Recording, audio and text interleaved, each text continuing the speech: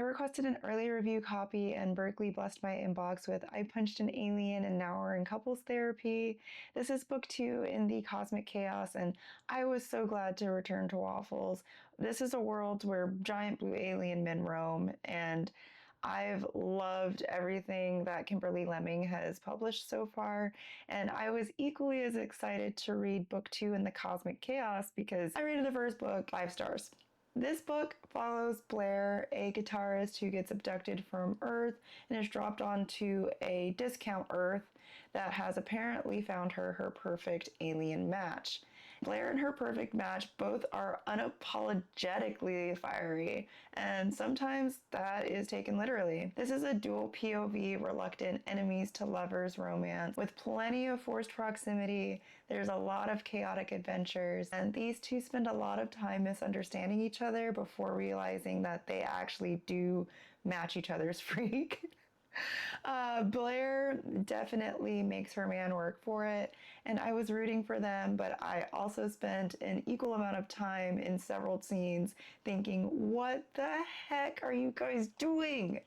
But overall, the romance and spice do move quickly, and the open door scenes are pretty detailed, but their dynamic includes some pain play and bondage. So definitely check out any content warnings before you read this if that bothers you, but I liked it. The only complaint I had in this book would be related to the structure, and the beginning does include a lot of time jumps and callbacks to the first book, and I occasionally felt like I had missed a chunk because of how jarring it was, but this should still be treated like a direct sequel, even if the main characters are different. So I do recommend reading the first Cosmic Chaos book beforehand, but honestly, parts of the beginning of this second book could probably be tandem read for maximum clarity if that is your jam.